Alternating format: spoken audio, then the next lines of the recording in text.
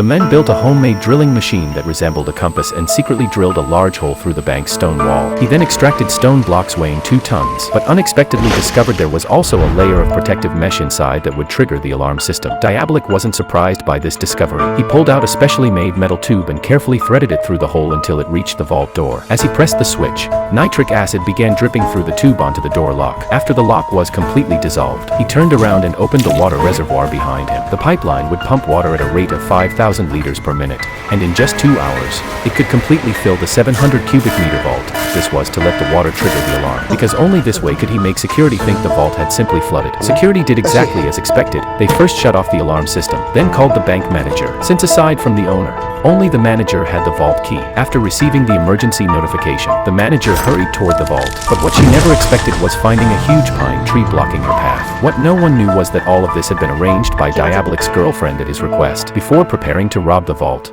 he had already made thorough preparations, and the purpose of delaying the manager was to give himself enough time to enter the vault. As the water level rose over the vault's electrical switches, the surveillance system instantly lost power. Next, Diabolik put on his oxygen equipment and dove underwater. Using pliers, he easily cut through the now unpowered protective mesh. After successfully diving into the vault, he suddenly discovered that the safe actually contained jewelry worth $1 billion. But just as he was about to leave with his bounty, the police chief arrived with armed officers. The chief had realized that the vault flooding wasn't an accident but had been deliberately caused by someone. He immediately deployed officers to guard every manhole cover on the streets. If anyone was found emerging from the sewers, they would get a bullet to the head. At this moment, Diabolik hadn't yet realized how serious the situation had become and was preparing to emerge from underwater.